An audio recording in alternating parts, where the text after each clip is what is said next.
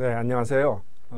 지난 첫 시간에 우리가 재료역학 1을 공부하면서 이제 응력의 종류, 수직 응력과 그다음에 전단 응력, 이제 그런 것들이 있고 간단한 예를 통해 가지고 그것을 어떻게 구하는지, 그리고 그 단위는 어떻게 되는지 이런 것들을 공부했었습니다. 이번 시간은 그거에 대한 어떤 적용 문제하고 이제 그런 것들을 좀 이그젬플을 통해 가지고 여러분들하고 같이 공부하도록 하겠습니다. 우선 여기 책에 나온 이그젬플은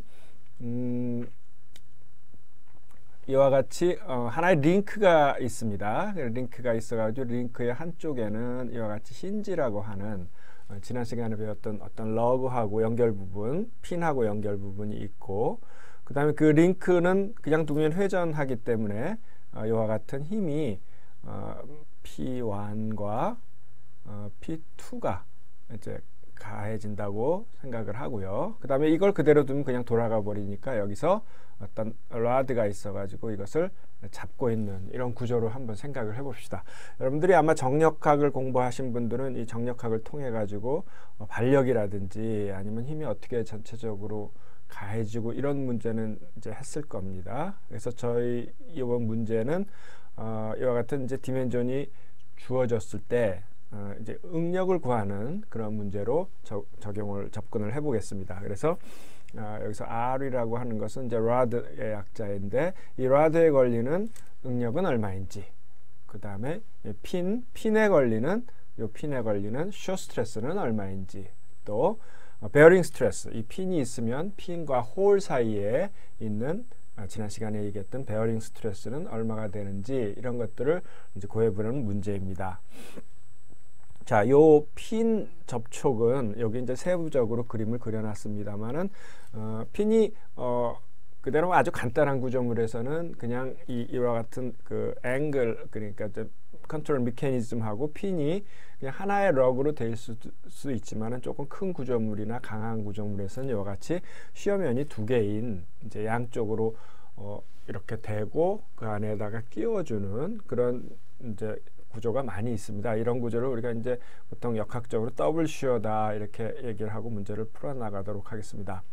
자, 우선 첫 번째 해야 될 일은 우선 이제 문제에 따라서 이 문제를 전부 다 해석할 수도 있지만은 우선 구해야 될 것은 요 라드에서 걸리는 힘이 얼마인지, 그 다음에 핀과 러그에 걸리는 우리가 하중, 지난 시간에 얘기했던 하중이 얼마인지를 알아내는 것이 우선이겠습니다. 이것은 우리가 정력학적인 프리바디 다이어그램을 통해서 평행관계식을 이용해서 이것들을 구할 수 있습니다. 자, 이 문제를 우선 보면 바깥에서 외력들이 가하고 바깥에서 우리가 이 발력이라고 할 수 있는 것은 이제 크게 이 외부하고 연결되는 부분, 그러니까 여기서 Rx라는 부분, 그 다음에 RY라는 부분, 이제 이런 부분이, 그러니까 우리가 방향을 모르기 때문에 이것을 이제 X 성분을 갖다가 RX라고 했고요. 그 다음에 Y 방향을 RY라고 했고, 그 다음에 이쪽에서 라드로 연결돼서 저항을 받고 있겠죠. 자, 이렇게 해서 이 기역자를 잡아당기는, 그러니까 힘들이 이 세 가지가 있다고 생각하겠습니다. 그러면은 F하고 그 다음에 RBX, RBY를 구하는 평행방정식은 세 개가 필요한데, 그 세 개의 평행방정식은 이와 같이 X방향의 힘, 그 다음에 수직 방향인 Y방향의 힘, 그 다음에 그것만 가지고 하면은 돌아갈 수가 있고 회전을 할 수가 있죠. 그것을 방지할 수 있는 어떤 점이라도 상관없지만 여기서는 이제 B점에 대한 모먼트를 평행방정식을 이용하도록 하겠습니다. 이 B라는 것은 정확하게 얘기하면 이제 우리가 X, Y가 있기 때문에 이것이 이제 Z 방향, 그러니까 우리가 지면에서 앞쪽으로 올 수 있는 그런 방향을 Z 방향이라고 하면 뭐 MC면 어디라도 좋습니다. MG면 어디라도 좋은데 우리가 문제를 풀기 좋은 쪽을 고르면 되는 겁니다. 이 여기서 지금 만약에 B점을 우리가 고른다고 해서 MB에 대한 모먼트를 본다면 많은 미지수들을 없애버릴 수가 있기 때문에 우리가 간단하게 이퀘이션들을 구할 수 있습니다. 그래서 이제 평행관계 fx 쪽에 관련되는 힘들을 보면요, 우선은 크게 이 rbx가 있을 수 있습니다. 그 다음에 이쪽 방향 중에 우리가 이것을 불력을 이렇게 시킬 수 있죠. 그래서 이 불력은 얼마가 있습니까? 여기 3대 4대 5니까 30 곱하기 5분의 4인 이쪽 방향의 성분이고, 그것은 우리가 이제 플러스로 놓습니다. 그 다음에 이쪽에서 작용되는 힘 마이너스 F로 놓으면 이와 같은 RBX와 F로 표현되는 이제 수평 방향의 힘의 평행 관계가 나오게 됐습니다. 그 다음에 수직 방향을 보면 이쪽에서 RBY가 있죠. 그 다음에 이 역시 P1에 대해서는 이게 마이너스 방향, 아래 방향이기 때문에 이제 마이너스 40kN. 그 다음에 아까 했던 이 P2의 밑에 방향 성분, 이 성분이 이제 30 곱하기 5분의 3이 될 겁니다. 자, 5분의 3이 될 겁니다. 그래서 RB하고 40하고 이 관계를 이용하면 여기는 RBY 하나의 식밖에 없기 때문에 바로 RBY를 구할 수 있습니다. 그 다음에 물론 그 다음에 또 하나의 식은 이제 모멘트에 관련된 식인데, 모멘트는 아까 말씀드린 대로 C 방향이라면 뭐 여기도 괜찮고 이 점도 괜찮고 이 점도 괜찮고요. 그렇게 되겠지만은 우리가 이제 그렇게 하면은 미지수가 많아지기 때문에 이제 B에 대한 모멘트를 이제 생각해 보도록 하겠습니다. 그러면 RAX하고 RPX는 모멘트가 이제 다 없어지게 되겠고요. 생각할 수 있는 것은 이제 이쪽 방향, 이 식의 반대 방향을 플러스로 놓는다면 FA에서 일어나는 모먼트는 그 힘하고 그 사이의 거리, 그래서 F 곱하기 0.5가 되고요. 그 다음에 또 뭐가 있습니까? 요 40 가해지는 P1, 요거에 대해서는 이제 반대 방향이죠. 거기까지 모멘트 하면 0.25가 되고요. 그 다음에 요 P2에 대해서 모먼트를 비스듬히 가해지는 모먼트를 구하는 방법은 뭐 두 가지가 있다고 할 수 있겠습니다. 하나는 바로 모멘트의 정의에서 이것과 이 수직 거리를 구해서 하는 방법이 있겠고요. 그 다음에 또 하나는 아예 컴포넌트를 이쪽 X방향 컴포넌트하고 Y방향 컴포넌트로 이와 같이 아까 했던 부분과 같이 분력을 시킨 다음에 X방향의 성분은 모멘트를 만들지 않죠. 그 다음에 이 방향만 모멘트를 만든다고 해서 이제 계산할 수가 있습니다. 두 가지가 물론 당연히 같습니다. 그래서 그 크기를 보면 30 곱하기 5분의 3, 이거는 이제 분력으로 생각한 거죠. 그 다음에 거기까지 길이 0.5 이렇게 생각할 수도 있고, 아까 제가 말씀드린 대로 이렇게 한다면 이건 어떻게 되겠습니까? 30 곱하기 2의 길이가 되겠죠.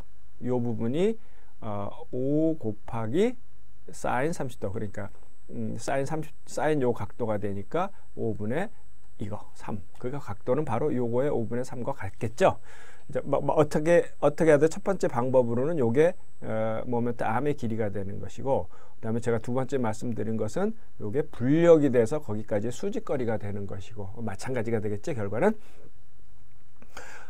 그래서 이제 이런 식들을 이용해서 여기서 F를 바로 구할 수 있고, 그 다음에 RBY는 구했으니까 첫 번째 식으로부터 우리가 RBX를 구하면 이제 14kN이라는 것이 발생이 됩니다. 이것은 이러한 P1하고 P2가 가해졌을 때 이 내부에서, 그러니까 이 외부에서 생기는 연결 부분, 그러니까 고정하거나 아니면 잡아당기는 이런 부분에 생기는 힘들을 구했다고 할 수 있겠습니다. 자, 그렇다면 이제 문제를 풀어 나갈 수 있게 됐죠.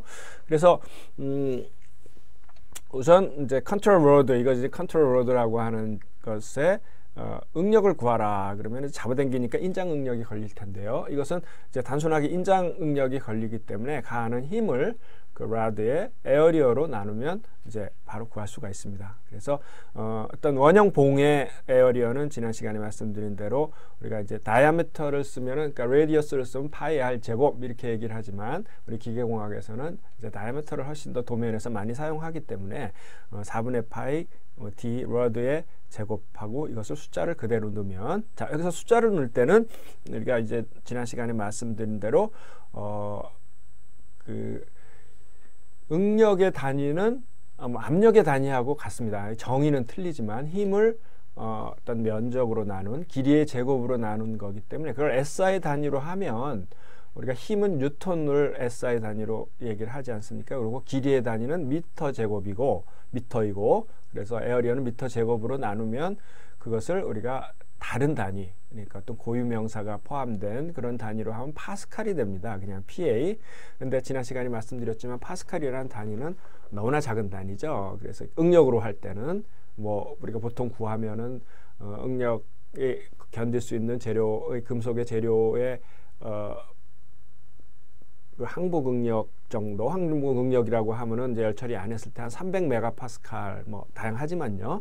그 정도 된다고 하면은 그것은 300,000,000 파스칼 정도가 되니까 이것들의 숫자가 너무나 크죠. 그 다음에 미터라는 단위도 우리 커다란 토목 구조물이나 다리라든지 교량 이런 데서는 사용할 수 있는 단위지만 우리가 기계공학에서 사용할 때는 너무 큰 단위이고, 게다가 우리가 도면을 표시할 때 아무 단위를 표시 안 하면 그냥 미리로 우리가 서로 약속을 하지 않습니까? 그래서 그것을 미리로 하면 이게 바로 메가파스칼로 쓸 수가 있기 때문에 지난 시간에 얘기한 대로 힘은 뉴턴, 그 다음에 길이는 밀리미터, 그 다음에 응력의 단위는 메가파스칼. 메가라는 것이 10의 6승을 뜻하는 접두사이긴 하지만 그대로 하나의 단위처럼 메가파스칼을 앞으로 이제 이번 학기 동안 계속 사용하도록 하겠습니다. 그래서 힘은 뉴턴으로 맞춰야 되니까 지금 아까 구한 F가 38kN이기 때문에 38 곱하기 10의 3승. 그 다음에 이제 4분의 위로 올라왔습니다. 그 다음에 이거는 밀리미터로 했을 때 DR이 15mm라고 했기 때문에 이제 15mm의 제곱을 쓰면 이것을 그대로 계산을 해보면 이제 215라는 숫자가 나옵니다. 그랬을 때 단위는 메가파스칼이 된다, 그런 얘기입니다.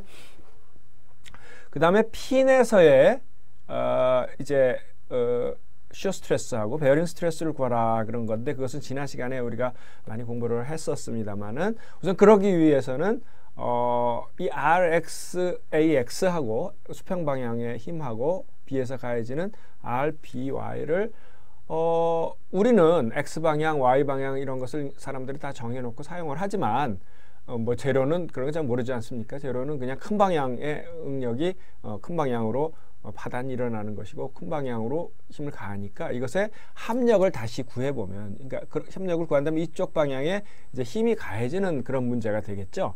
그래서 그 합력을 구해보면 이제 서로 직교축이기 때문에 어렵지 않게 이와 같은 피타고라스의 정리를 이용해 가지고 구할 수 있겠습니다. 그래서 한쪽은 14이고 한쪽은 58이기 때문에 그것을 피타고라스 정리에 사용하여 계산해 보면 59.7kN이 됩니다. 그럼 이 핀에는 횡방향으로 59.7kN이 가해지고 그 핀에 걸리는 시어 스트레스는 이제 제가 에버리지라고 이렇게 쓴 것도 전번 시간에 잠깐은 설명했지만은 사실은 이 핀 안에서 핀이 이렇게 단면이 있다면 이 안에서 시어 스트레스는 균일하지 않을 수 있습니다.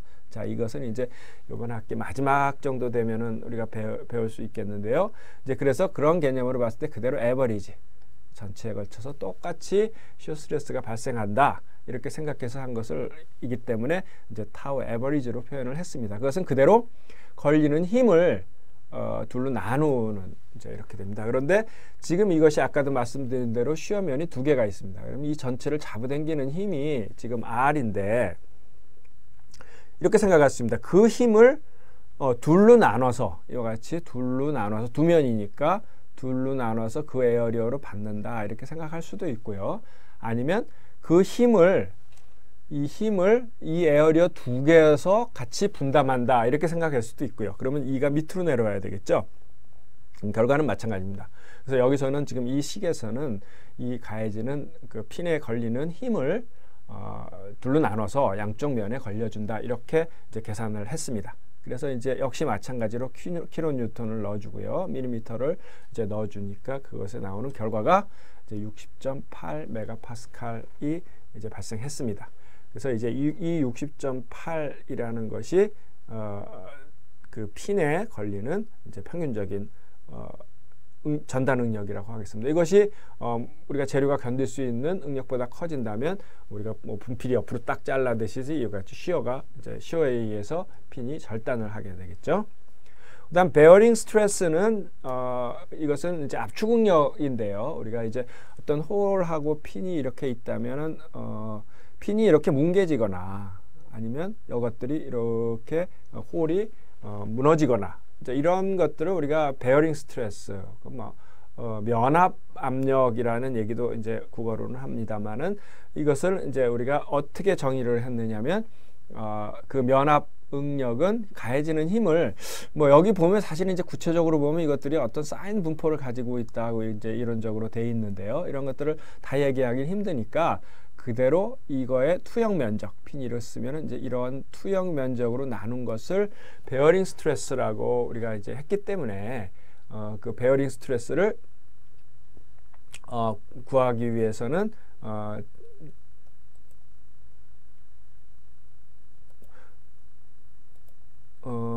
이 그림에서 같이 보면요. 이 그림에서 보면 이제 베어링 스트레스를 구하기 위해서는 이와 같은 핀이 그림을 다시 그려보면요. 이와 같은 핀이 이렇게 있으면 이것을 이제 단면이 두 개 있고요. 그 힘이 각각은 이제 2분의 RBC 걸린다고 하면 요런 투영 면적이기 때문에 요런 투영 면적, 힘이 가해지는 투영 면적이기 때문에 요거는 다이아메터가 되고요. 그래서 이제 핀의 다이아메터. 그다음에 이쪽은 이제 러그의 두께가 되겠습니다. 이제 여기에 러그의 두께. 그러니까 여기서 여기에 두께가 되는 거죠. 요런 두께로 이제 우리가 받는다고 생각을 할 수 있기 때문에 전체 가해지는 힘 59.7 곱하기 10의 3승의 반, 한쪽 면에 가해지는 힘을 이와 같이 투영 면적으로 나눈 것을 베어링 스트레스라고 했습니다. 그 결과는 239메가파스칼로 굉장히 크다란 값이 설계가 돼서 사실은 이게 종합적으로 보면 이 문제는 파손에 근접하다 이렇게 얘기를 할 수가 있겠습니다.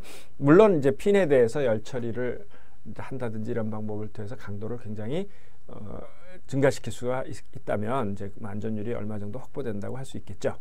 자, 이와 같은 문제를 통해 가지고 우리가 실제 있는 문제에서 이루어질 수 있는 하중 간의 관계, 그다음에 그것에 의한 응력을 이제 간단히 알아봤습니다. 자, 그다음에 또 이제 다른 문제를 한번 더 보겠습니다. 우리 구조물에서 흔히 나타날 수 있는 구조물인데요. 자, 이와 같은 이제 우리가 심플 스트럭처라고 할 수 있습니다. 양쪽에 러그가 가해지고 여기에 이제 힘이 가해져. 여기에 뭐가 크다란 기준기 같은 것이 달려 있을 수도 있고요. 아니면은 우리가 거리 표시판에 있는 어떤 표시판 같은 것이 달려 있을 수도 있고요. 여태까지가 하중에 걸리는 아주 가장 기본적인 구조라고 생각을 해보십시다. 이런 구조에 대해서는 정력학을 공부하신 분들은 이제 많이 공부를 했으리라고 생각하는데요. 거기에서 걸리는 A, B 부분. 자, 이것이 이제 이 경우는 이제 결국은 이제 결과를 보면은 압축 응력이 걸릴 텐데요. 이제 그것은 지금부터 알 필요는 없습니다. 여기 걸리는 응력, 그다음 BC에 걸리는 응력, 그다음 마찬가지로 핀에 C라는 핀에 걸리는 전단 응력, 그다음에 C점에 걸리는 베어링 스트레스 앞에서 한 문제하고 똑같죠. 그래서 이것도 역시 이와 같은 더블 시어를 가진다고 가정을 했습니다. 자, 이 문제는 우리가 여기서 이제 유의하게 그림을 보면 보통 구조물에서 있는 일인데 이것들이 전부 핀으로 연결이 되어 있습니다. 자, 이렇게 핀으로 연결되어 있는 경우하고 아니면 어떤 용접으로 되어 있어 그것이 움직이지 못하게 고정이 되어 있는 경우하고는 많이 틀립니다.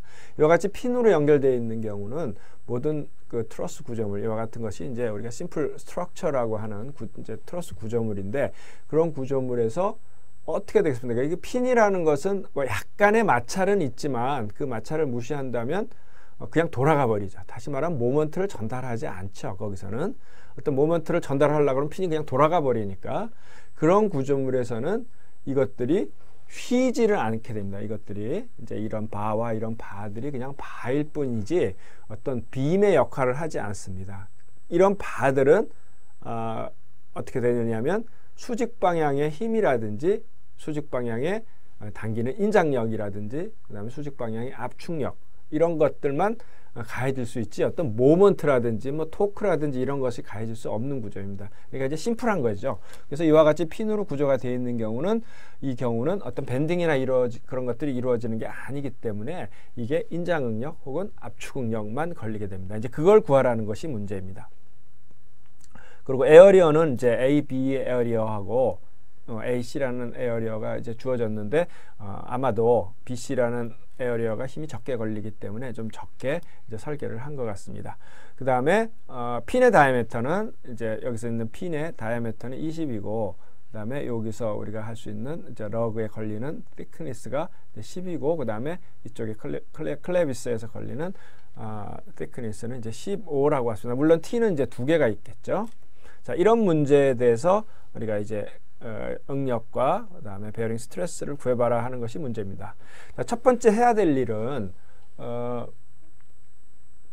이 구조물이 에서 이제 아까처럼 이 구조물에서 걸리는 이제 힘들을 하중들을 먼저 구해야 됩니다. 아까 제가 말씀드린 양쪽에 핀으로 되어 있기 때문에 이것은 인장력 혹은 압축력이 걸리는데 아마도 이건 이렇게 잡아당기면 이것은 이제 인장력이 걸릴 테고요. 이거는 계산을 해봐야 알겠지만은 이제 이런 경우는 압축력이 걸리게 됩니다. 그래서 이와 같은 힘을 먼저 구하고 그래야 이제 C점에서 걸리는 응력 하중이라든지 아니면 A, B라는 막대하고 BC라는 그런 트러스 구조물에서 걸리는 응력을 구할 수 있을 겁니다. 자, 그러기 위해서 이걸 해석해야 되는데 여러분들 정력학을 많이 공부하셨겠지만 이것을 해석하는 방법이 뭐 여러 가지 있습니다. 뭐 단면법이니 또 뭐 있습니까? 뭐 절전법인가요? 이제 그런 말이 그렇게 중요한 거는 아닌데 하여간 각 방법에 이제 편한 대로 사용을 하면 좋은데 저는 이제 이번 강의에서는 주로 이 연결하는 연결점, 이제 핀에 대한 하중 관계로 평행 관계를 그리도록 하겠습니다. 뭐 이런 방법도 하나의 이제 방법이 정력학에서 이제 하는 방법인데요. 가령 예를 들어서 어떤 A, B라는 이제 맨 처음에는 첫 번째는 전체적인 이 스트럭처하고 반력들을 구하기 위해서 크다란 이거의 두 개의 시스템을 하나의 스트럭처로 보는 거죠. 그러니까 하나하나에 대해서 하기 이전에 이와 같이 이와 같은 모양으로 연결되어 있는 것을 하나의 스트럭처로 본다면 여기서는 하중이 P가 가해졌고 그 다음에 이제 이것을 연결하는 고정하는 부분에서 반력이 일어날 겁니다. 이제 그 반력을 이쪽 방향의 힘만 가해지기 때문에 이제 반력이 이렇게 된다고 그냥 무조건 플러스로 쓴 겁니다. 이거는 아마 결과적으로 반대로 될 텐데요. 플러스로 쓴 것이고요. 그 다음에 이 구조물에서 이 방향은 아마도 이거 당겨질 테니까 이거는 우리가 분명히 알고 있으니까 이제 그 방향에 축 방향으로 FC를 가해주면 이 두 개의 컴포넌트 두 개의 컴포넌트지만 방향을 모르니까 방향은 지금 이 경우는 알고 있네요. 방향을 아니까 두 개의 미지수를 이와 같이 fx와 fy로 이제 구할 수가 있는 겁니다. 그래서 fx equal 0를 구해보면 이제 fx x방향은 이제 이거를 우리가 플러스로 그냥 놨고요. 그 다음에 fc 중에 지금 여기 각도가 안 나왔는데 아마도 여기 지금 있습니다. 2m고 1.5니까 이게 2.5m가 돼서 3대 4대 5인 아까 같은 삼각형이 되겠죠. 그것을 유의해서 보면요.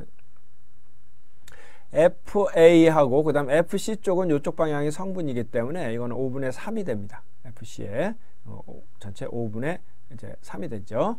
5분의 3이 평행관계를 이루어야 되고요. Y방향의 평행방정식은 FC가 이번에 위쪽이기 때문에 플러스 5분의 4 FC하고 가해지는 P는 이제 아래로 작용되니까 마이너스 P가 되겠습니다. 그래서 이제 FC는 4분의 5 P라는 것이 이제 결정이 됐습니다. 그 다음에 이제 FA는 이 식을 이용해서 구해도 되고 아니면 어떤 시점에 대한 모먼트를 생각한다면 뭐 어떻게 해도 구해도 좋습니다. 이 시점을 중심으로 해서 이것이 이제 P가 이쪽 방향을 잡아당기고 그 다음에 FA는 이쪽 방향을 잡아당기겠죠. 이거 두 개를 평형을 시킨 거죠. 그래서 P로는 P 방향은 F 방향은 이제 길이가 모멘텀이 2고 P 방향은 1.5이기 때문에 자, 이것을 계산하면 FA는 이제 4분의 3P라는 것이 나옵니다. 그래서 이제 정력학적으로 우리가 반력들, 이 힘이 가해짐으로써 이 구조물의 전체적으로 걸리는 반력들을 이제 구했다고 할 수 있겠습니다. 자, 그 다음에 세부적으로 AB라는 막대와 BC라는 막대에서 걸리는, 자, 이와 같은 방법으로 우리가 이 구조물들을 해석을 할 수가 있겠습니다. 그래서 FCA를 구한다면 이것은 이쪽에서 이 힘 때문에 이것이 밀려오는 것을 막고 있죠. 그러니까 여기 사이에서 FA라는 압축력이 걸리고 있다고 생각할 수 있고요. 이것은 힘에 의해서 이쪽으로 당기고 있으니까 이게 인장력을, FC라는 인장력을 가해지고 있다. 이와 같이 전체 시스템의 평행관계를 이용해서도 구할 수 있고요. 그다음 제가 말하는 두 번째는, 저는 이제 이런 방법을 앞으로 많이 하려고 하는데요. 핀에 대한 그 평행방정식을 세우는 겁니다. 그러니까 이 핀은 어떻게 당겼냐 이거죠. 이 핀은 힘이 P가 가지고 있습니다. 네, 그런데 이것이 그냥 P 혼자 가해지는 것이 아니라 못 가게 위에 이런 빔들이 이와 같은 트러스가, 이제 링크가 이것을 잡고 있습니다. 그러면 이것은 링크는 인장력이 걸릴 거지만 이 핀의 입장에서 보면 그것을 못 가게 당기고 있겠죠. 그래서 이 방향이 확실할 겁니다. 자, 이 방향이 이렇게 된다고 해서 이렇게 돼서 이 바가 압축력을 받는다? 그건 아니죠. 그것은 이 바의 입장에서 힘들을 그렸을 때 그런 일이 일어나는 것이고요. 여기서는 지금 핀의 입장이죠. 핀이 이것을 잡아당기고 있으니까 그 바는 반대로 아래로 당겨지고 있겠죠. 그래서 이것은 바의 입장에서 보면 인장력입니다. 그러나 지금 이 평형식은, 이 평형 프리바디 다이어그램은 우리가 핀의 입장에서 그림을 그렸기 때문에 이것은 잡아당기는 것을 이쪽 방향으로 표현해야 되고, 아마도 이 힘은 정확하지 않지만 아마도 이 힘의 분력으로 볼 때 이쪽에서 작용되는 힘, 즉 압축력을, 그러니까 바 입장에서는 압축력을 받아야 될 것으로 이제 생각됩니다. 그래서 어떤 점에 대한 평행방정식을 우리가 세울 수 있을 겁니다. 그러면 마찬가지로 fx equal 0에서 FAB가 있고요. 그 다음에 FBC 중에서는 5분의 3만큼의 분력, 이것들을 0을 이루어야 되고, 그 다음에 Y방향, 이쪽 방향의 성분으로는 FBC의 윗방향, 그래서 5분의 4가 되고 아래로 P가 돼서 여기서 바로 FBC와 FAB를 우리가 이제 바로 구할 수 있습니다. 그래서 AB에 걸리는 힘은 아까 여기서 주어진 것이 P가 40kN이었기 때문에 이제 50kN이 되고 FAB는 30kN이 됩니다. 이 결과는 앞에서 이런 방법으로 구했던 이 AB가 여기죠. AB는 아까 걸렸던 뭡니까? 이쪽이 FA 결과하고 같고요. 이것은 이제 4분의 3이죠. 똑같이. 그 다음에 이 BC에서 걸리는 것은 FC라는 C라는 절점에서 당기는 거하고 결국은 뭐 같게 되겠죠. 어떻게 해도 당연히 같은 거는 당연히 같죠. 자, 1방법하고 2방법을 이해하시겠습니까? 1방법은 전체 시스템에 우리가 평행방정식을 이용한 것이고, 두 번째 방법은 어떤 절점, 그 핀을 중심으로 한 평행관계를 이용함으로써 바에 걸리는, 이런 것을 아마 또 정력학에서는 이제 절점법이라고 하는데요.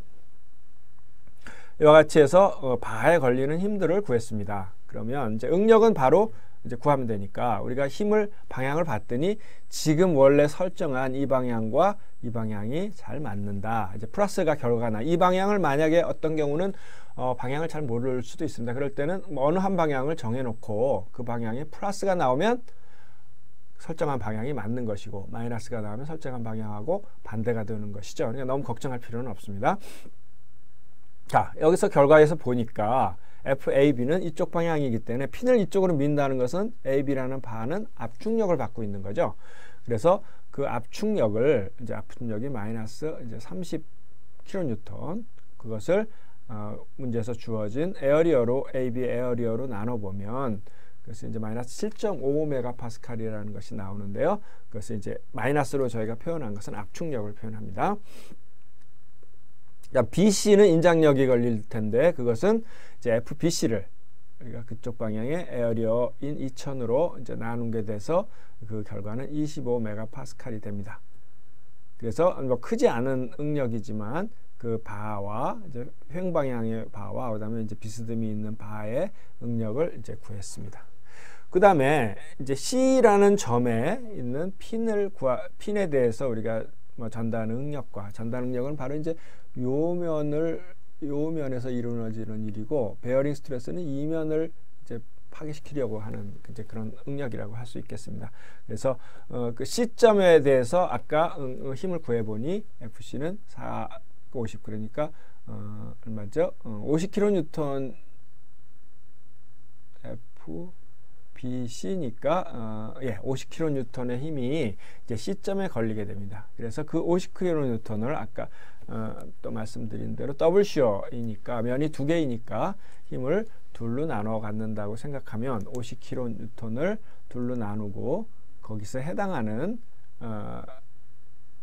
뭡니까? 이 에어리어가 아까 다이아미터가 20이라고 핀의 다이아미터가 20이라고 했기 때문에 4분의 파이 곱하기 20의 제곱을 나눠보면 그 핀에 걸리는 시어는 이제 제법 큰 79.6 메가파스칼이라는 응력이 이제 걸리게 되고, 근데 그것이 파손을 일으키느냐 안 일으키느냐, 안전율은 얼마 정도 되느냐, 이런 것들은 이제 재료에 대한 어떤 정보가 주어져야 되겠죠. 이 항복 응력은 전단이 얼마까지 견딜 수 있다, 이와 같은 응력들을 정보가 주어야 될 겁니다.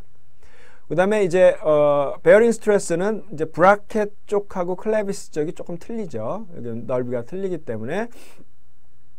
그래서 브라켓 쪽에서는 우리가 이제 가운데 한계가 있으니까요. 브라켓 쪽은 요 면에서 이루어지는 일이죠. 요 면에서 이루어지는 일이기 때문에 그 투영 면적이 그 50kN이라는 힘을 투영 면적인 이제 바로 요게 이제 옆에서 보면 이게 T1이고 이렇게 홀이 있으면 이렇게 뒤가 되겠죠. 자, 이런 투영 면적으로 이렇게 나눈 것이 브라켓의 베어링 스트레스가 돼서 이제 그것은 T1이 이제 15.15였고 다이아미터가 20이었기 때문에 그것을 이제 50kN을 그 에어리어로 나누면 166.7 메가파스칼이 이제 발생합니다. 그다음에 클레비스 쪽은 이제 여기가 두 개가 있죠. 이렇게 클레비스 쪽은 두 개가 있기 때문에 이것을 50kN, 이제 이거는 이렇게 표시해 봤습니다. 이 50kN을 두 개의 면에서 받는다. 뭐 그렇게 생각해도 좋고, 반을 이 면에서 받는다 이렇게 생각해도 좋을 겁니다. 그래서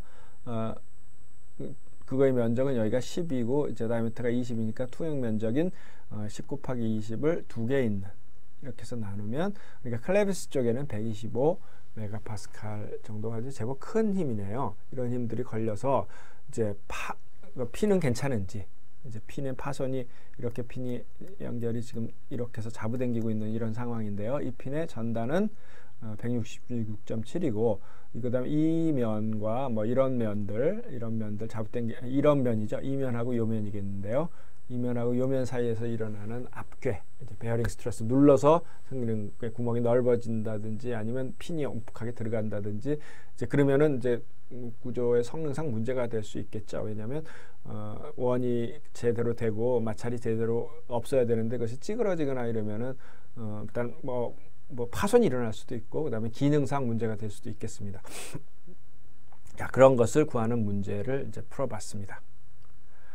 자, 그 다음에 이제 우리가 설계 관점에서 이제 보면요, 이제 그거하고 실제로 이제 설계 관점에서 보면 특별히 다른 것은 없습니다만은 우리가 설계 관점에서 보면 어떤 허용 응력을 어떻게 결정하는지, 그 다음에 그러면 안전율이라는 것은 얼마인, 어떻게 정의하는지, 이런 것들을 살펴볼 필요가 있습니다. 우리가 지금 아까 같이 계산한 100메가파스칼이라는 응력이 나왔는데 허용 응력이 100메가파스칼이다.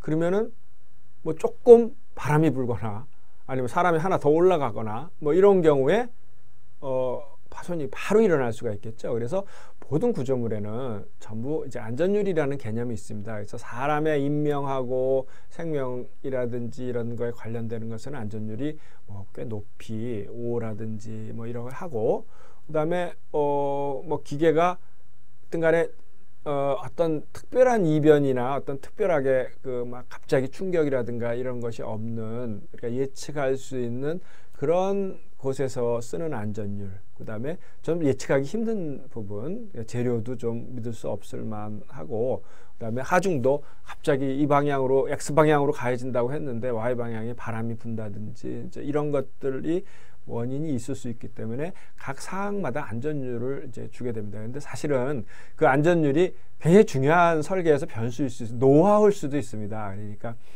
가령 우리나라가 한 1980년, 90년 그 시대에 이제 우리나라 원전을 이제 설계하고, 그다음에 캐나다하고 이제 프랑스 쪽에서 그런 것을 우리가 지금 수출하듯이 그때는 이제 원전을 지어주기로 하고, 그 대신에 우리가 이제 기술자들이 가서 연구원들이 가서 파견도 하고 그러면서 이제 그 설계하는 방법을 같이 배워주는, 이제 나라간에 협약을 할 때 보통 그래 하겠죠. 이제 그럴 때 이제 가장 힘들었던 점들이, 그때 연구원들이 힘들었던 점은 응력을 계산하고 뭐 굉장히 복잡한 이런 것은 다 하는데 안전율을 잘 가르쳐주지 않는답니다. 그럼 사실 원자력 발전소 같으면은 안전율이 15나 20까지 되는 경우도 있습니다. 뭐 벽 하나가 거기에서 뭐 터졌을 때 걸리는 압력이라든지 이런 압력을 계산했을 때 굉장히 큰 이제 안전율 뭐 15 내지 20 정도까지도 안전율을 주는 경우도 있습니다. 그와 같이 이게 안전율을 모른다면 응력을 아무리 계산을 하더라도 그것을 기술 설계하는데 적용하는데 굉장히 어려움이 있겠죠. 그래서 이제 안전율을 어떻게 결정하냐는 지금 제가 뭐 말씀드릴 수는 힘들고, 그것은 정말로 많은 경험과 그다음에 이제 설계 여러 요인들과 그다음에 파손 사례 이런 것들이 굉장히 중요한 역할을 하게 되겠습니다. 뭐 여러분들 뭐 이런 비유가 맞을지는 모르겠습니다. 여러분들 뭐 운전해 본 분들이 있겠는데 기름이 이제 이 기름이 없다 하는 표시가 나오면은 이게 진짜 그냥 바로 쓰는 건지 아니면 몇 킬로를 더 갈 수 있는지, 잊어먹고 내가 10킬로를 더 집에까지 갔다 왔는데 아직도 괜찮더라 이거죠. 이제 그런 것들이 궁금하지 않습니까? 가장 좋은 것은 한번 차가 서보면 정확하게 알 수 있겠죠. 이 차가 불 들어오고 나서 한 50km 더 가니까 이제 쓰더라. 이런 것은, 그런데 보통 사람들은 그것을 이제 그런 사태까지 가기가 뭐 굉장히 위험하겠죠. 이제 시동이 꺼지고 막 이러니까. 어쨌거나 파손이 한번 일어나거나 이제 이런 경우 뭐 국가적인 재앙도 될 수 있고 굉장히 큰 사회적인 문제가 될 수 있지만, 엔지니어들은 사실은 배우는 게 굉장히 많이 있습니다. 그러니까 엔지니어들인 경우 실제로 파손이 일어나는 경우는 거의 없었기 때문에 이제 얼마만큼 안전율을 주고 이런 것들은 이제 어떤 노하우라든지 경험들이 굉장히 필요한 분야가 되겠는데요. 자, 여기서는 일단 이제 설계를 할 때 우리가 어떤 안전율이라는 개념을 두고 설계를 한다. 그래서 이제 그거에 대한 그 이제 어떤 것이 어떻게 정의되는지를 좀 보도록 하겠습니다. 우선 안전율이라는 것은 이제 뭐 safety factor라고도 얘기하고 factor of safety라고도 얘기를 하는데요. 그것은 이제 결국은 허용될 수 있는 하중과 그다음에 failure, 실제로 페일이 일어나는, 파손이 일어나는 하중과의 비례라고 할 수 있겠습니다. 그것을 우리가 이제 응력으로 따지면 허용 응력, allowable stress와 그다음에 재료의 material strength, 최대한 버틸 수 있는 스트레스의 비라고 할 수 있습니다. 그래서 이 allowable stress는 material strength를 yield stress를 기준으로 하는 경우도 있고요. 그럼 ultimate strength를 기준으로 하는 경우도 있습니다. 이게 뭐냐 하는 것은 아마도 다음 시간이나 그 다음 시간쯤에 말씀을 드릴 건데요. yield stress라는 것은 이제 국어로는 항복 응력이라고 하는데, 재료가 일단 뭔 일이 일어나기 시작하는 그 지점을 얘기합니다. 물론 뭔 일이 일어나기 시작해도 좀 더 늘어날 수도 있고 좀 더 하중을 받을 수 있습니다. 그래서 완전히 파손이 일어나는 것을 이제 ultimate strength라고 얘기를 하는데, 이렇게 생각을 하시죠. 비행기가 날아가고 있는데 yield 스트레스를 넘어갔습니다. 그러면 뭔가 소성 변형이 일어나고 어떤 변형이 일어나거나 아니면 그래서 어떤 성능상 문제가 생길 수가 있습니다. 그렇지만 완전히 파손이 된 건 아니기 때문에 일단 사람을 비행기에서 랜딩을 시킬 수 있는, 땅까지 우선은 내리는 게 중요하지. 왜냐하면 인명에 관련된 거기 때문에 비행기가 부서지고 무너지는 문제는 2차적인 문제니까요. 이제 그런 경우는 우리가 일드 스트레스의 개념이죠. 그 다음에 부서지지 않는다는 개념은 얼티미트 스트렝스의 개념이 되게 됩니다. 그러니까 이제 파손과 항복이라는 개념은 이렇게 조금 다르게 되는 거죠. 우리가 항복 응력이 일어나서 어떤 재료가 소성 변형을 하게 되면 우리는 기계가 망가졌다 이렇게 얘기할 수 있겠죠. 그러나 완전히 파손되지는 않았다 이렇게 얘기할 수 있는 겁니다. 그 다음에 이제 항공 구조물에서는 세이프티 팩터란 말을 안 쓰고 보통 항공 우주 구조물은 여러분들이 생각하는 것보다 굉장히 마진이 굉장히 작습니다. 뭐 안전율을 뭐 2나 뭐 이 정도까지 할 여유가 보통 이제 없게 되는 경우가 많이 있죠. 그러니까 우리가 어떤 경우는 건물을 질 때 뭐 만약에 그것이 무슨 부서지는 사고가 났다 이런 경우 왜 이렇게 적게 설계하느냐의 비난만 계속 받을 수 있죠. 그러면 굉장히 튼튼하게 설계하면 되느냐? 물론 거기에는 비용이 많이 들겠죠. 비용도 많이 드는 거까지는 괜찮은데, 자 이렇게 생각합시다. 우리가 10층에 간단한 국기 계양대를 하나 세운다고 합시다. 국기 계양대를 세우려면 트러스 구조물이 있어야 될 텐데 그 구조물을 조금 오버 설계를 했다 합시다. 안전하게 설계하느라고 뭐 자신 없으면 충분하게 안전율을 10으로 해가지고 설계했다고 합시다. 그럼 그것을 받치는 10층의 옥상의 구조도 하중이니까 더 커져야 되겠죠. 그 기둥도 물론 더 커져야 되죠.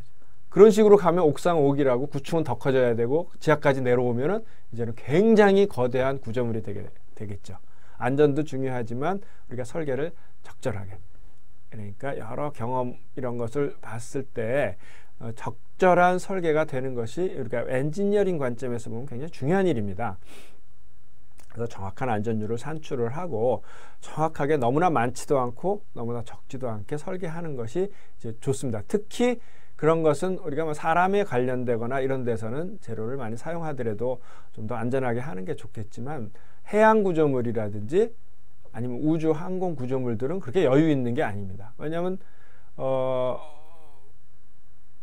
우리가 페일로드라고 하는, 그러니까 이제 우리가 항공기라든지 로켓, 그러니까 우주 구조물에서 페일로드라는 개념이 있는데요.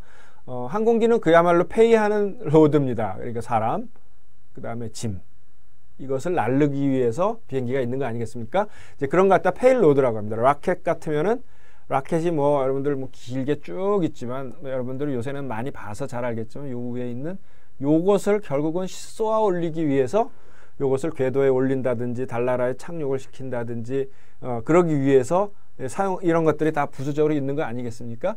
그렇게 되면 이 안에 있는 여러 계기라든지 사람이라든지 안에 있는 내부 구조물, 구조물이라든지 이런 것들을 우리가 이제 페일로드, 이건 페이를 하는 건 아니지만 그걸 우리가 용어로 페일로드라고 합니다. 그러니까 페일로드에 대해서는 굉장히 엄격하게 관리가 되죠. 여러분들 여행들 많이 갔겠지만은 뭐 그건 비행사마다 좀 다르지만은 20kg짜리 짐 2개 허용한다. 그러면 1kg만 넘어도 굉장히 큰, 보통은 1kg 넘으면은 운임의 1% 정도를 더 냅니다. 그래서 이제 페일로드에 대해서는 굉장히 관리를 하기 때문에 왜냐하면 그 페일로드가 커지면 그만큼 구조물도 커져야 되고 비행기 자체가 나중에는 커져야 되기 때문에요. 그래서 항공 우주 구조물, 해양 구조물도 마찬가지예요. 바다 위에 떠 있는 거기 때문에 무한정 크게 만들 수는 없는 거죠. 그렇기 때문에 이 보통 로켓이라든가 이런 거의 안전율은 50%가 채 안 됩니다. 그러니까 1.5 이하가 됩니다. 그래서 이제 가령 어떤 경우는 무조건 안전 쪽에서만 접근해야 되는 것이 아니고 파손도 같이 접근을 해야 되는 경우가 있습니다. 그러니까 무슨 말이냐면 우리가 건물이라든지 기계라든가 이런 것은 이제 로어 리밋이 있죠. 그러니까 이제 어느 이상 돼서 하중을 우리가 이제 안전율을 이제 해야 되는 경우가 있죠. 그런데 우주 구조물이라는 것은 파손의 경우, 어퍼 리미트가 있는 경우가 있습니다. 가령 예를 들어서 여러분들 예전에 우리가 그 로켓을 이제 아리랑을 발사를 했을 때 무궁화호를 띄우기 위해서 이제 로켓을 발사했을 때 맨 처음에 그 원인이 페어링이 분리가 안 됐다. 뭐 이런 얘기 뉴스에서 많이 듣지 않습니까? 그래서 다들 전문가가 됐는데 이제 페어링을 하기 위해서는 여기에 조그만 나사를 이제 분리를 해야 되는 거, 이것은 파손을 시키는 게 목적입니다. 분리를 해야 되니까. 이제 그런 경우는 이제 여기에 조그만 나사, 아주 뭐 조그맣지는 않겠지만 그래도 파손이 될 만한 나사들을 뭐 보통 6개 뭐 이렇게 8개 이렇게 둘러해 놓고 그것을 화약을 장전시켜 가지고 폭발시킵니다. 그런데 이제 그 타임이 잘 안 맞은 거지, 그렇죠? 그러니까 타임이 뭐 한쪽은 터지고 한쪽은 안 터지고 빙글빙글 돌아가지고 결국은 큰 이제 엄청난 속도니까 파손이 일어나게 되겠죠. 그렇기 때문에 그런 경우는 볼트 하나를 설계해도 파손이 될 수 있게. 그렇지만 화약이 터지기 전까지는 너무 약해서 또 그것이 분리가 돼버리면 안 되죠. 그러니까 이런 경우 설계라면 어퍼 바운드와 로어 바운드가 같이 동존하는. 그러니까 로어 바운드는 일단 구조물적으로 안전해야 되고, 어퍼 바운드는 필요한 경우 파손이 돼야 되고. 그렇기 때문에 우주 구조물은 이제 굉장히 그런 면에서 설계가 힘들다고 할 수 있겠는데요. 그래서 이제 마진이라는 것을 우리가 안전율 이런 걸로 쓸 만큼도 아니기 때문에 보통 이제 마진이란 말을 씁니다. 그래서 이것은 그러니까 뭐 퍼센트로 보통 얘기를 하는데 50% 마진이 있다, 30% 마진이 있다 이렇게 얘기를 이제 에어로노티컬 그러니까 이제 항공 우주 구조물에서는 이제 그렇습니다. 그럼 대략 얼마를 사용하느냐? 뭐 그것은 여러 정말 노하우와 그 상황과 그다음에 그것이 사용되는 쓰임새, 그다음에 여러 가지 외부 요인들 이런 것들에 의해서 경험이 주어지겠지만 크게 이렇게 뭐 책에서 나온 대로 분리를 해보면 이제 뭐 25% 마진 이제 우주항공 구조물이겠죠. 그래서 2%까지 사용해야 되는 경우, 그다음에 이제 3 정도 이하로 사용되는 경우, 그다음에 이제 5 정도. 그다음 뭐 이거 이 경우도 원자력 발전소 같으면 뭐 그 이상 10배 이상의 안전율을 주기도 합니다. 그래서 이거 참 애매한 말이겠지만 이렇게 이제 썼습니다. 그러니까 well known and reliable materials used under controllable conditions. 그러니까 뭐겠습니까? 이거 뭐 다 아주 구체적인 말은 아니죠. 그러니까 이것은 well known. 그다음 well known이라는 것은 이제 controllable condition. 그러니까 우리가 예측할 수 있는 거죠. 그러니까 어떻게 돼서 이것이 뭐 정말 뭐 어떤 폭발이 일어나거나 바람이 뭐 심하게 불거나 이렇게 테러가 일어나거나 이런 경우 말고 컨트롤러블한, 컨트롤이 가능한 그런 컨디션에서 어떤 머티리얼이면 릴라이벌 머티리얼이 사용된다. 가령 재료라도 굉장히 중요하겠죠. 뭐 모든 재료를 그렇게 비싸고 굉장히 좋은 재료를 비싼 재료를 수입해서 살 수만은 없는 거니까 구조물에서 경우에 따라서는 결함이 내부 결함이 조금 있을 수도 있고, 아니면 콘크리트나 뭐 이런 것처럼 여러 섞이는 데서 기포가 있을 수도 있고요. 아니면 이물질도 있을 수 있고요. 뭐 이런 것들에 의해서 이제 것 중에서 이제 reliable material, 굉장히 아주 신뢰성 있는 재료를 사용하고, 그다음 왜 잘 알려진 재료를 사용하는 거죠. 자, 이런 경우에 를 사용하고, 그다음에 스트레스하고 하중이라는 것이 readily determined, 미리 결정되는 거죠. 이 방향으로 불고 이 방향으로 불고 이런 것이 아니라 미리 어느 방향으로 잘 정의되어 있는 경우, 자, 이런 경우는 이제 이 이하도 사용할 수 있다. 그다음에 뭐 다 애매모호한 이제 추상적인 얘기지만 average material과 것이 이제 ordinary environment에서 이제 작용하는 경우, 보통의 경우 이제 안전율을 2의 3 정도 사용한다는 얘기고요.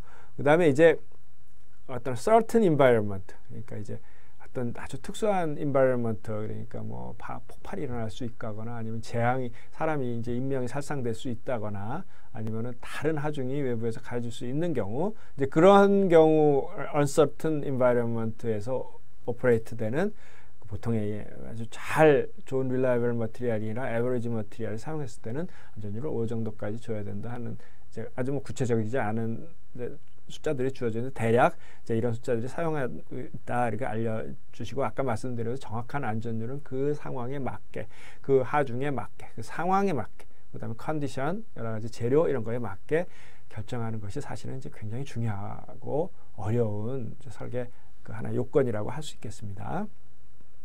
자, 여기서 이제 우리가 세이프티 팩터라든지 allowable 스트레스에 대한 이제 개념을 이제 했고요. 이제 같은 문제입니다. 같은 문제지만 이제 그런 개념을 도입해서 문제를 풀어보면요.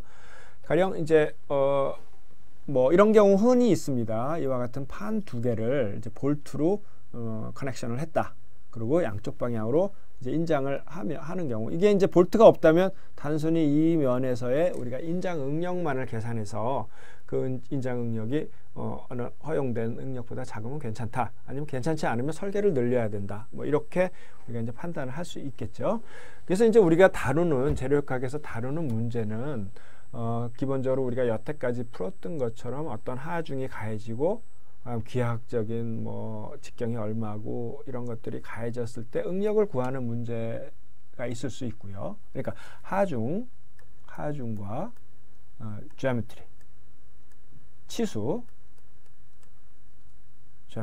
치수가 있고요.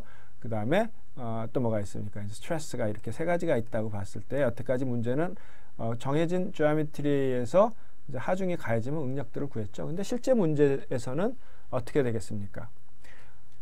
보통 응력이 결정돼 있고 재료가 결정돼 있으니까 뭐 지금 같은 문제를 사용할 수 있습니다. 그래서 응력이 얼마 걸리니 재료는 어느 정도 이상 되는 것을 사용해야 된다, 뭐 이렇게 적용할 수도 있고요. 또 다른 경우는 재료를 이걸 사용하려고 그러는데 이것의 허용 응력은 얼마이다.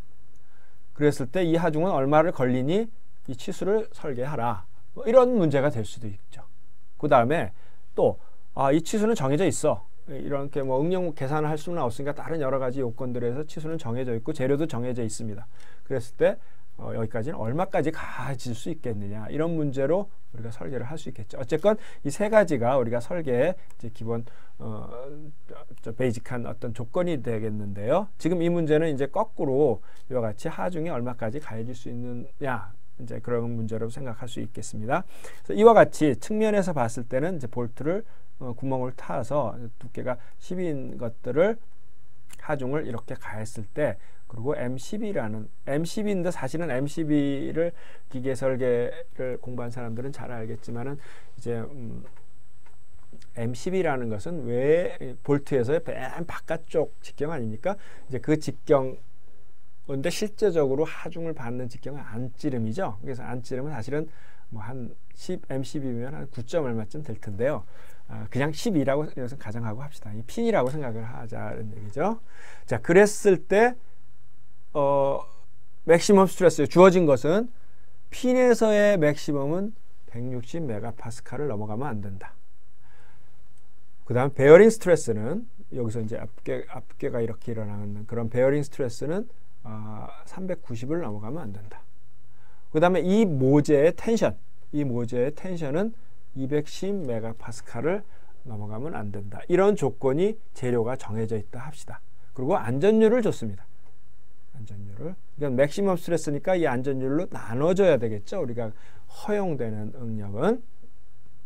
그랬을 때 퍼미서블 P, 가해질 수 있는 하중은 어디까지 가해질 수 있겠는가 하는 것이 문제입니다. 첫 번째, 우리가 최대한으로 걸릴 수 있는 응력을 줬고 안전율을 줬으니까 허용 응력을 먼저 구할 수 있을 겁니다. 그래서 허용 응력을 구해보면 뭐 이것들을 전부 1.5라는 안전율로 나눈 거죠. 그래서 이제 그래서 allowable의 약자, all처럼 되어 있는데 이제 allowable의 약자를 그냥 쓴 겁니다. 우리가 허용 핀에서의 전단 응력은 106.7메가파스칼이 됐고, 그 다음에 베어링 스트레스, 이건 핀과 이 구멍 사이의 관계죠. 이제 그런 접촉에 의한 응력은 이제 1.5로 나눠서 260메가파스칼이 됐고요. 그 다음에 이 판의 인장은 140메가파스칼. 그러니까 설계는 지금 여기까지 하라 그런 얘기죠. 설계는 이제 여기까지 하라. 우리 설계 지표를 여기까지 하라 이런 얘기죠. 자, 우리는 여태까지 이제 응력을 구했지만 그것을 거꾸로 식을 이용하면 되겠습니다. 지금 세 가지를 주었기 때문에 핀의 전단, 그다음에 핀과 구멍 사이의 면압, 압축 응력이죠. 접촉 응력. 그다음에 편 자체의 인장 응력. 요 세 가지를 주었기 때문에 그것에 대한 힘들을 각각 살펴보도록 하겠습니다. 첫 번째, 우리가 이제 볼트에서의 시어를 우선 보면, 우리는 여태까지 타우를 구하기 위해서 타우는 에어리어분의 에버리지라고 썼습니다. 걸리는 힘이다 이렇게 썼지만 지금은 이제 힘을 구하는 거니까 걸리는 에어리어에다가 허용되는 응력을 곱하면 될 겁니다. 자, 그런데 여기서는 이거는 우리가 이제 아까 말씀드린 러그나 클레비스처럼 더블 시어가 아니라 그냥 이걸 갖다 이제 더블 시어가 아니라 그냥 싱글 시어라고 얘기할까요? 그러니까 단면에 그 전단이 되겠죠. 단면 전단인 경우는 에어리어가 이거 하나밖에 없죠.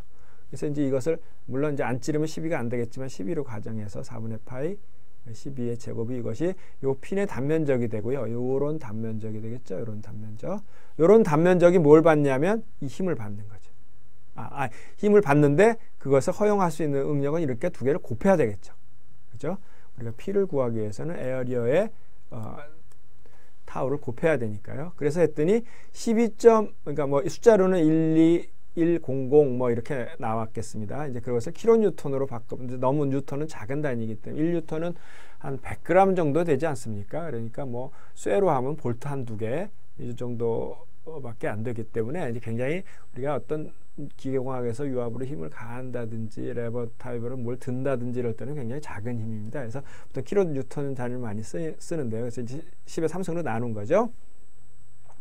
자, 그러면 12.1kN까지는 안전율 1.5를 고려했을 때 이 핀 볼트가 전단은 일어나지 않아. 이제 이런 하중이죠. 그 다음에 베어링 스트레스, 베어링 이제 플레이트나 뭐 마찬가지로 핀 쪽의 베어링 스트레스는 또 어떻게 되겠습니까? 그 힘을 P2라고 하면 그 베어링 허용 응력에다가 투영 면적을 곱하면 되겠죠. 그래서 이제 베어링 스트레스는 투영 면적은 어떻게 되나요? 바로 요 면적이죠. 이렇게 돼서 이걸 어떻게 봐야 되나요? 이렇게 지금 볼트가 이렇게 있으면 이 하고 지금 요런 투영 면적이 있을 테니까 요런 면적이 되겠죠. 그죠? 투영한다는 것은 프로젝티드 한다는 이제 프로젝션 그러면 우리가 어떤 사물을 갖다가 2차원적으로 표현하는 것을 투영 면적이라고 하죠. 이렇게 밖에서 빛을 비춰가지고 마찬가지로 이와 같이 원통에 이런 볼트라든지 핀이 있으면 이쪽에서 뭐 빛을 비쳤다 그러면 여기 그림자가 이렇게 생기겠죠. 이거는 이제 요 단면하고 같을 텐데요. 이걸 얘기하는 거죠. 투영되는. 그래서 그것은 D 곱하기 이제 T다. 이렇게 얘기할 수 있고요. T는 이제 요게 되는 거고. 그것이 이제 이쪽에는 지금 어떻게 되겠습니까? 이쪽에는 이렇게 잡아당기면 이 볼트를 이 핀을 이렇게 잡아당기면 이거하고 평행을 위해서 볼트가 안 돼 하고 이렇게 밀겠죠. 그 다음에 이렇게 잡아당기면 얘가 이렇게 밀겠죠. 그렇지만 핀은 어떻게 되나요? 거꾸로 이렇게 잡아당기니까 이쪽으로 핀의 입장에서 보면 이렇게 가해지고 밑에는 이렇게 가해지게 되겠죠. 그러니까 각각 이 T를 여기에 다 합해서 P니까요. 생각해보면 그 P에 걸려서 걸리는 힘은 베어링 스트레스의 투영 면적을 곱해가지고 투영 면적은 단면적이 D가 10이고 그 다음에 thickness가 이제 요 thickness가 10이기 때문에 거기에 260을 곱하면 31.2kN이 됩니다. 자, 그 다음에 이제 플레이트의 텐션인데 플레이트의 텐션은 이제 이런 부분에서 일어나는 부분이죠. 그런데 이것이 구멍을 안 뚫었을 때는 그렇게 되지만 구멍을 뚫었을 때는 어떻게 됩니까? 제일 최소 면적인 이런 넓이로 이것을 받을 수밖에 없습니다. 그죠? 실제로는 사실은 이거보다도 더 작게 생각을 해야 됩니다. 왜냐하면 여기 응력 집중이 약간 생겨서 이것이 이 경우에는 응력이 여기 골고루 이렇게 되지만 이 경우는 사실은 이렇게 약간 집중되는 이제 있기 때문에 사실은 조금 더 고려를 해야 되는데 지금 이 문제에서는 그대로 이렇게 전체 W에서 그 직경을 뺀 요 넓이 거기다가 이제 두께를 곱하는 것을 이제 에버리지하게 받는 평균적으로 받는 그런 단면적이라고 생각을 한 겁니다. 그렇게 했을 때 이제 텐션에서는 이제 140까지 받을 수 있다고 했으니까 그러니까 요 부분이 좀 처음에 60을 다 사용하는 것이 아니라 60에서 볼트 구멍만큼 뺀 그렇기 때문에 힘이 좀 작아졌죠. 이거는 그래도 67.2kN까지 이제 받을 수 있습니다. 그러면 전체적으로 퍼미서블 P를 구해라. 그럼 어떻게 해야 되겠어요? 이 중에서 큰 거를 구해야 될까요? 작은 걸 구해야 될까요?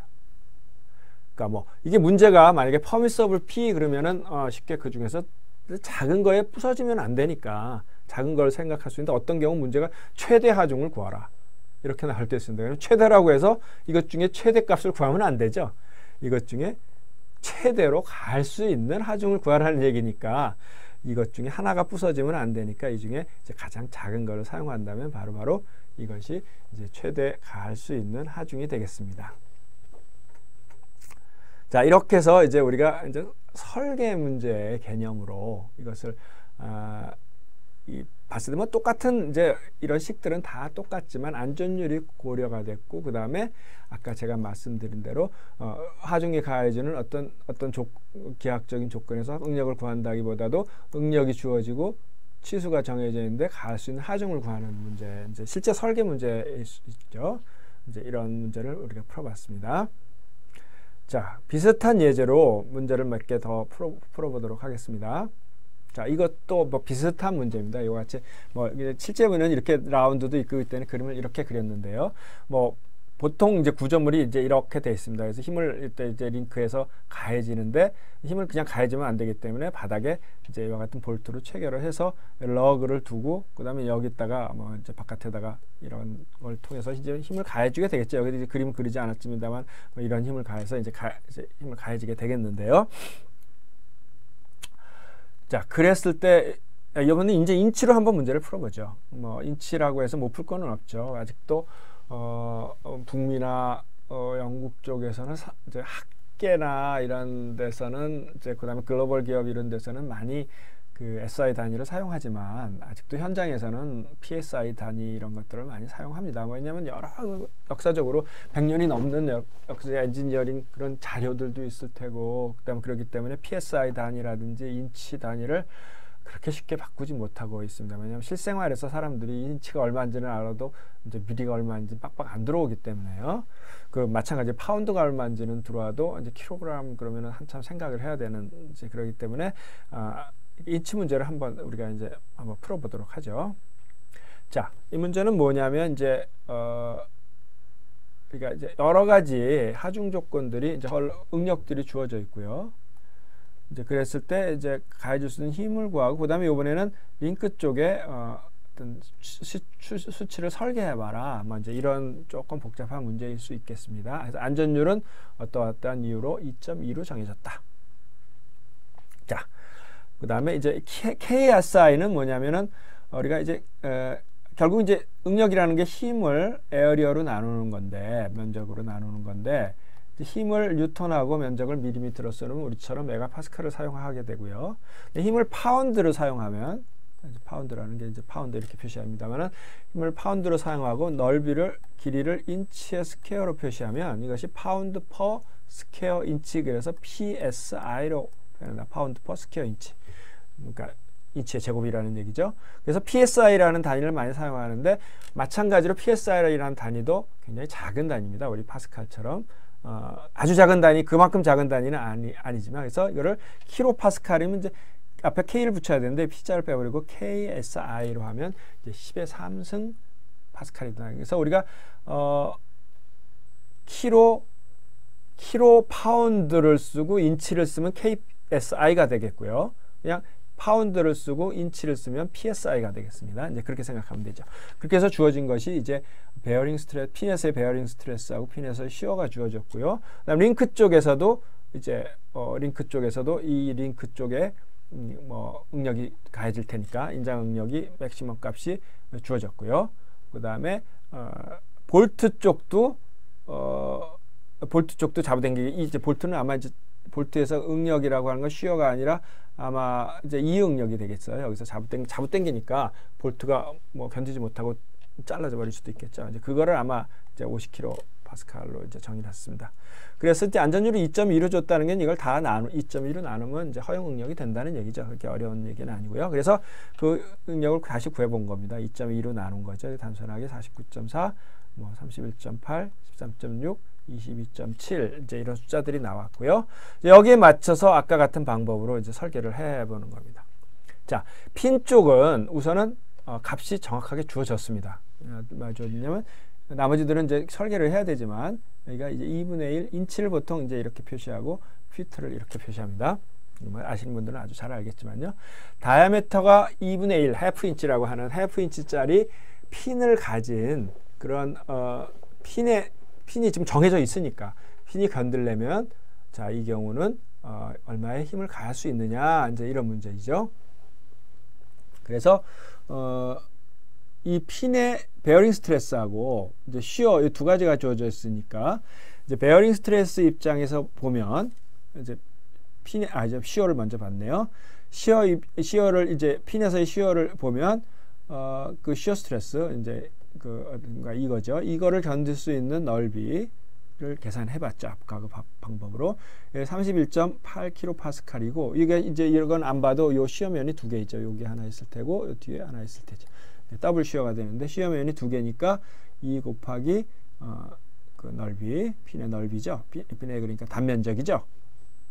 그걸 계산하니까 12.49 이제 요건 킬로 파운드를 얘기합니다. 킬로 파운드까지 견딜 수 있더라. 그런데 이제 베어링 스트레스를 생각해 보니까 어떻게 되냐면 핀 쪽에서 49.4가 견뎌줘야 되는데 이 핀 쪽에서는 요게 4분의 3과 투영 면적이 어떻게 되겠습니까? 투영 면적이 바로 요런 어떻게 그려야 되나요? 핀이 이렇게 있으면 요게 투영 면적이죠. 요게 그 투영 면적을 계산해 보면 이게 이제 4분의 3이고 그 다음에 4분의 3이고 핀의 다이아미터는 2분의 1이 되는 거죠. 그래서 이거를 이제 정해진 4분의 3인치의 어떤 면압 같은 거 이렇게 핀과 이렇게 밀리지 않는 구멍이 커지거나 그런 거지 않는 것을 가하니 15.34 이제 킬로파운드입니다. 그래서 아까 마찬가지로 이 중에서 가해줄 수 있는 힘은 뭐 맥시멈이라고 해서 여기 맥시멈 쓰지 않는 이유를 알겠죠. 표기가 좀 이상하긴 한데요. 가해질 수 있는 최대한의 크기는 이것들 중에 작은 거에 부서지면 벌써 끝나니까 작은 거 12.49 이제 킬로파운드가 됩니다. 자, 이 킬로파운드가 가해졌을 때 그럼 이 수치들은 어떻게 되냐 이거죠. 그래서 에어리어가 지금 이것을 이런 넓이가 견뎌줘야 되니까 힘이 구해졌으니까 근데 요 중에 B만 지금 결정하라 이런 얘기죠. 그래서 이 식을 뭐 거꾸로 이렇게 써도 되지만 이 식 그대로 쓰면 이 12.49라는 하중이 가해질 때 13.96은 뭐죠? 이 가해줄 수 있는 이제 링크의 최대 허용 응력이죠. 최대 응력과 그 다음에 2.5 곱하기 B라는 단면적 이런 단면적이죠. 이런 단면적이 받는 면적을 곱해보면 가해줄 수 있는 힘이 아니라 그 B가 최소한 0.367인치는 돼야 된다. 그래서 뭐 규격으로 따지면 어떤 북미라든가 이런 것은 뭐 4분의 몇 인치, 8분의 몇 인치, 16분의 몇 인치 이런 걸 좋아하죠. 그래서 이제 8분의 3을 사용하면 되겠다. 이제 그런 것이고요. 그 다음에 또 뭐를 고려해서 설계하려고 그러면 볼트 쪽에서 이 볼트죠. 이 볼트가 나오지 않느냐. 자, 이것은 이 힘이 이제 볼트 4개에서 나눠 갖겠죠. 나눠 가지니까 그 한 개의 볼트에 걸리는 힘은 4분의 P 맥시멈이라고 할 수 있고요. 그랬을 때 허용되는 거하고 그 다음에 그 넓이, 볼트 한 개의 넓이죠. 볼트 한 개의 넓이를 계산해 보면 이제 4분의 12.49하고 그 다음에 이것은 뭡니까? 이게 이제 우리가 허용하는 볼트의 허용 응력이고 그 다음에 지금 볼트의 이제 단면적이죠. 단면적을 곱하면 D를 구할 수가 있겠죠. 그래서 하중이 정해져 있으니까. 그러니까 이 문제는 어떻게 되겠습니까? 이것이 정해져 있는데 이것의 전당과 그 다음에 베어링 응력, 허용되는 베어링 응력을 견딜 수 있는 힘이 얼마 돼야 되느냐. 그 힘이 걸릴 때 이 폭과 이런 것을 구하라. 이렇게 설계가 보통 어떤 경우는 이제 이 핀의 두께가 정해져 있는 것은 보통 다른 거하고 연결하고 뭐 그렇기 때문에 어떻게 할 수 없는 경우가 많이 있습니다. 그래서 어떤 거는 치수들이 다 결정되는 것이 아니고 일부만 결정되고 그랬을 때 나머지를 설계하고 이런 문제들이 설계 문제에서 종종 이제 많이 발생하는 경우입니다. 그랬을 때 이제 계산해 보니까 우리가 이제 16분의 7인치짜리를 사용하면 되겠다. 이제 뭐 이런 이제 계산 결과입니다. 자, 뭐 비슷한 문제입니다. 비슷한 문제인데 이번에는 수치를 설계하는 문제로 이제 바꿔봤고 구조물이 조금 틀립니다. 그래서 자, 이와 같이 뭐 이걸 뭐라고 할까요? 크레인 구조물일 수도 있겠어요. 이것이 이렇게 왔다 갔다 하면서 물건을 오르락 내리락 할 수도 있고요. 아니면 그냥 이렇게 생겼는데 여기다 뭘 달아매는 구조물일 수도 있고요. 이제 뭐 여러 가지 생각을 해볼 수 있는데 그런 하중이 60kN, 꽤 큰 힘이죠. 6톤 정도니까 쇠로 얘기하면 1m 정도 그 정도 되는 하중이 여기 걸리는 걸 들고 있다고 생각하면 되고요. 여기 이제 큰 구조물이네요. 20m, 28, 이제 20m 이런 구조물을 가지고 있을 때 AB라는 물체, 이게 이제 두 개의 재료가 틀린 모양입니다. 이거는 허용되는 것은 허용되는 게 아니라 최대가 275고 BC는 다른 재료를 사용해서 480을 이제 사용했다고 했을 때 안전율이 이제 1.5다. 그랬을 경우 이제 에어리어를 정해봐라. 이제 그런 문제가 되겠습니다. 자, 뭐 안전율이 2.5니까 뭐 이것을 2.5로 나누면 허용 응력과 이제 BC의 허용 응력이 되겠죠. 자, 아까도 말씀드린 대로 이것이 핀하고 핀으로만 연결이 되어 있기 때문에 이것은 인장 혹은 압축만 받습니다. 뭐 당연하게 이쪽을 잡아당기면 어떻게 되면 이건 압축을 받겠죠. 그리고 이것은 아마도 잡아당기기 위해서 인장을 받게 될 것입니다. 이제 몰라도 상관없습니다. 그러나 이제 우리가 개념으로 볼 때 이 상태를 봤을 때 이제 그렇게 생각하는데 틀릴 수도 있습니다. 틀리면은 결과들이 마이너스가 나오게 되겠죠.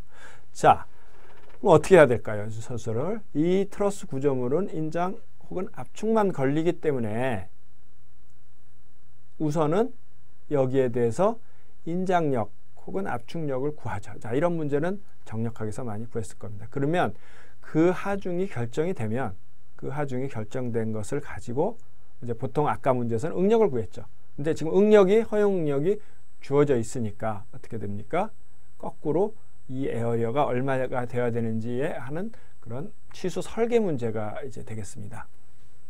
자, 그래서 이 구조물에 걸리는 힘이 어떻게 되는지를 먼저 결정해야 되는데 그것은 만약에 뭐 이 핀에 걸리는 또 전단 응력 뭐 이런 거에서 핀도 설계해라. 뭐 그런 문제라면 전체를 큰 시스템을 놓고 여기에 반력을 구하는 걸로 이제 생각을 하면 되겠죠. 앞에 문제 그런 문제를 몇 개 풀었으니까 이제 그렇게 할 수 있겠고 지금은 단순하게 요거의 단면 이게 뭐 사각일 수도 있고 원통일 수도 있는데요. 이런 단면을 구해봐라 하는 것이 문제이니까 우선은 각 바에 걸리는 힘만 구하면 되겠습니다. 이렇게 각 바에 걸리는 힘만 구할 때는 아까 말씀드린 대로 저의 경우는 이와 같이 어떤 P라는 이론 핀 A라는 구조에 걸리는 힘들을 평행방정식을 세움으로써 그 힘들에 걸리는 이 바에 걸리는 힘들을 계산할 수 있습니다.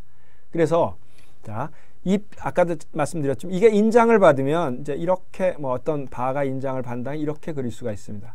그러나 핀의 입장에서 보면 어떻게 되겠습니까? 인장을 하면 이 핀의 입장에서 보면 얘가 핀이 인장을 받는다면 이걸 일로 반대로 당기고 있죠.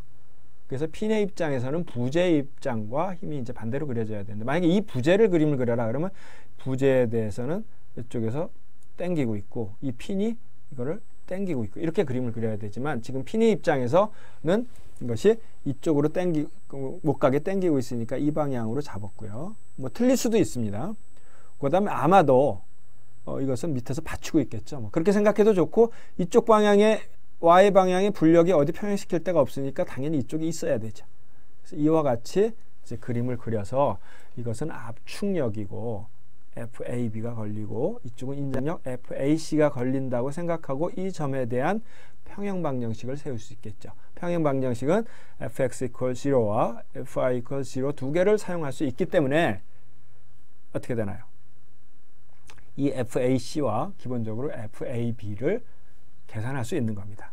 자, 그 다음에 문제는 이제 치수의 문제죠. 각도의 문제고. 자, 이것들이 그림은 이렇게 좀 홀쭉하게 했지만 20이니까 이게는 뭐 20 루트 2가 되겠고요. 45도니까. 그 다음에 이걸 가만히 보면 이게 문제를 몇 주기 위해서 그랬겠지만 20이고 이게 48 아닙니까? 그러면은 이게 얼마가 돼야 되나요? 20대 48. 이것을 5대 4로 나누면 5대 12죠. 그러면 삼각형 5대 12, 13이라는 거 우리 중학교 때부터 많이 배웠죠. 뭐 우리 삼각형이 정수로 떨어지는 거 몇 개 안 됩니다. 그것도 뭐 수학적으로 증명하고 그런 사람들도 있는데 3대 4대 5 우리 잘 알고 있는 거죠. 그 다음에 5대 12대 13 또 뭐 있습니까? 한 개 더 있습니다. 나 지금 기억이 안 납니다만은 그렇게 이제 문제를 주어진 거죠. 그러면은 이게 48이니까 이 빗변은 52가 되겠네요. 자, 이런 것들을 이용해서 우리가 이제 분력을 시킬 수 있을 겁니다.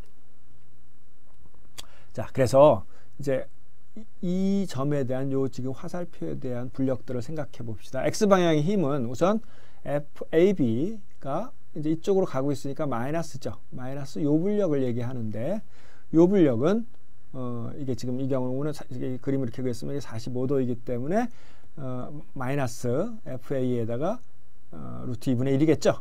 45도가 나눠지는 분력은 루트 2분의 1 혹은 2분의 루트 2 이렇게 표시해도 좋고요. 그 다음에 FAC는 방향이 일단 플러스, 그 다음에 그거의 성분은 얼마일까요? 13분의 12겠죠. 그죠? 이게 12, 13, 5 그래프니까 이쪽 방향의 이쪽 성분은 13분의 12가 되겠죠. 그래서 이제 그것이 플러스로 표현을 해서 FAC는 13분의 요 두 개만 가지고 P는 들어가지 않죠. 평형 방정식을 세울 수 있고요. 그 다음에 요로부터 Y 방향의 평형 방정식은 FAB 쪽에서는 이제 마찬가지로 플러스 루트 2분의 1, 그 다음에 FAC 쪽에서는 이제 마이너스가 되죠. 그것은 13분의 5가 되겠죠. 13분의 5 이렇게 평형 방정식을 하고, 그 다음에 마이너스 60, P가 60인 킬로뉴턴이 이제 작용될 수 있다고 생각했겠죠. 그래서 이것을 뭐 연립 방정식 풀면 되죠. 뭐 얼뜻 보기엔 이게 두 개가 같으니까 더하면 되겠네요.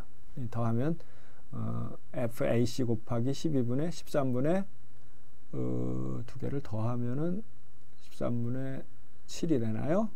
그게 60이 될 테니까 뭐 이렇게 계산했네요. 13분의 7 FA가 60이 되니까 FAC를 구할 수 있고, FAC는 111.4kN이 되고요. FAB는 이제 145.4kN이 됩니다. 이 열방정식 구한 값을 가지고 지난번에는 어떻게 쓴 거야? 이 힘을 단면적으로 나눠 가지고 응력을 구했죠.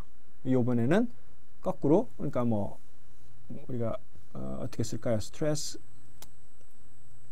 스트레스는 단순하게 인장 응력은 에어리어의 힘인데, 그럼 아까 우리가 힘을 구할 때는 P는 스트레스 곱하기 A를 식을 썼죠. 이번에는 에어리어를 구하려면 에어리어는 그 힘을 스트레스로 나누면 되죠. 이제 그걸 이렇게 표시한 겁니다. 그래서 가해지는 힘이 이제 AB부터 하면 145.4kN인데 이제는 단위를 생각을 해야 되겠죠. 그래서 우리가 밀리미터로 답을 구해내려고 하니까 힘은 뉴턴으로 맞추고 응력은 메가파스칼로 다시 맞춰 나가는 겁니다. 그래서 이제 여태까지 평행 방정식에서는 이런 단위를 킬로뉴턴은 전부 킬로뉴턴으로 사용했기 때문에 145.4라는 킬로뉴턴이 이제 10의 3승을 곱해야 뉴턴이 되고요. 그 다음에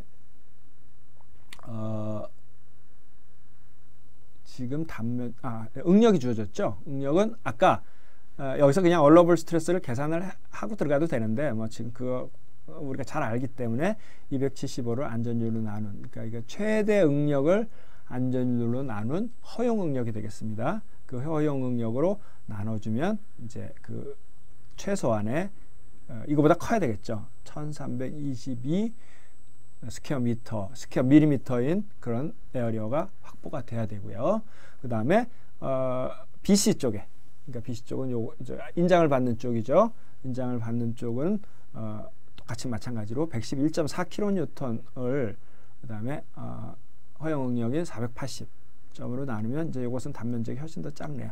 그래서 보통 이제 이런 경우는 이쪽에 있는 것이 응력이 작아서 에어리어가 좀 작아도 됩니다. 그래가지고 보통 이거 대신에 케이블이 이렇게 연결되어 있는 경우도 있습니다. 케이블을 연결되어 있는 경우도 역학적으로는 똑같습니다. 그런데 케이블과 구조물이 틀린 적은 케이블은 압축을 받을 수 없다는 겁니다. 그러겠죠? 압축을 받으면 그냥 출렁 해가지고 보통 압축력을 받을 수 없죠. 그래서 인장력을 받는 경우는 우리가 뭐 흔히 많이 보는 케이블 구조도 우리가 많이 볼 수 있습니다. 가령 예를 들어 뭐 신호등 같은 거 이렇게 신호등 같은 거 있을 때 이것만 달아매면 굉장히 커지니까 여기다 이렇게 줄을 달아매는 경우 많이 봤죠. 그래서 이런 경우는 이제 인장 바의 역할을 한다고 이제 이렇게 얘기할 수 있습니다. 자, 그래서 이런 구조물을 통해서 우리가 안전율이라는 개념을 도입을 해서 설계에서 하중을 구하거나 그 다음에 응력을 구하거나 아니면은 어떤 치수를 설계하거나 이런 문제에 적용하는 실제 문제를 우리가 이제 예제를 통해서 많이 공부했습니다. 자, 오늘은 여기까지 공부하도록 하겠습니다.